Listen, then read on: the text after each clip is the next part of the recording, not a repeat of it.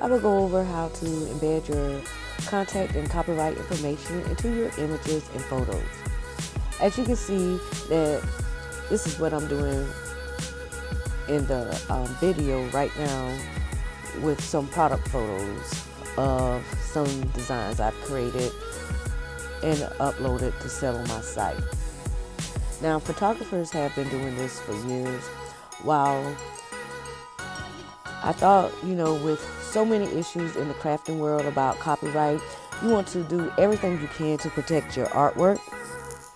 Most of the time, when you use stock photos, the creator has their images embedded, and you just don't know it because you don't know how to look for it. As you can see, you can create different templates, especially like I do, because I mostly have to do, and I basically edit the information that needs to be edited from my templates.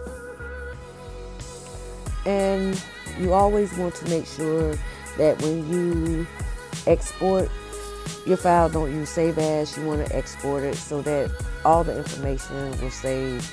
And that's pretty much what I'm doing right there. A little bit about me.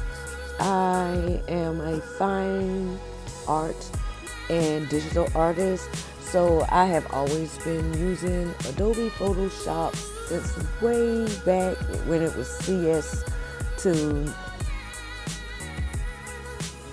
And basically, Adobe has where you can do monthly subscription. I think it's $9.99, and they do have Adobe Exchange, which you can have an ample amount of information on showing you how to use Photoshop, and it gives you a little more background and detail, since this is just a brief overview of the different parts, and maybe I will do a video later and go into more detail about the different parts of this.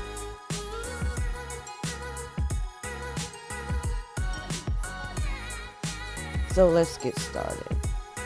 First, you want to go down to file information, open it up. As you can see, it's pretty much blank. You want to fill in the information. I'm just going to go ahead and use my template and edit it accordingly to the information about this file in particular, which is my Princess Moncana t-shirt, which is a princess tee for little girls. And as you can see, I'm just adding in the information about particularly this. You can also do keywords and search for your search engines and SEO. Put in your information about where they can find the file and link it back. You can put in your copyright information that you have registered with the Copyright Office and link it back there.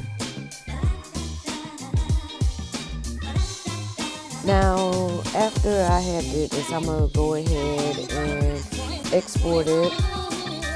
And as you can see, I'll wait for it to pull up.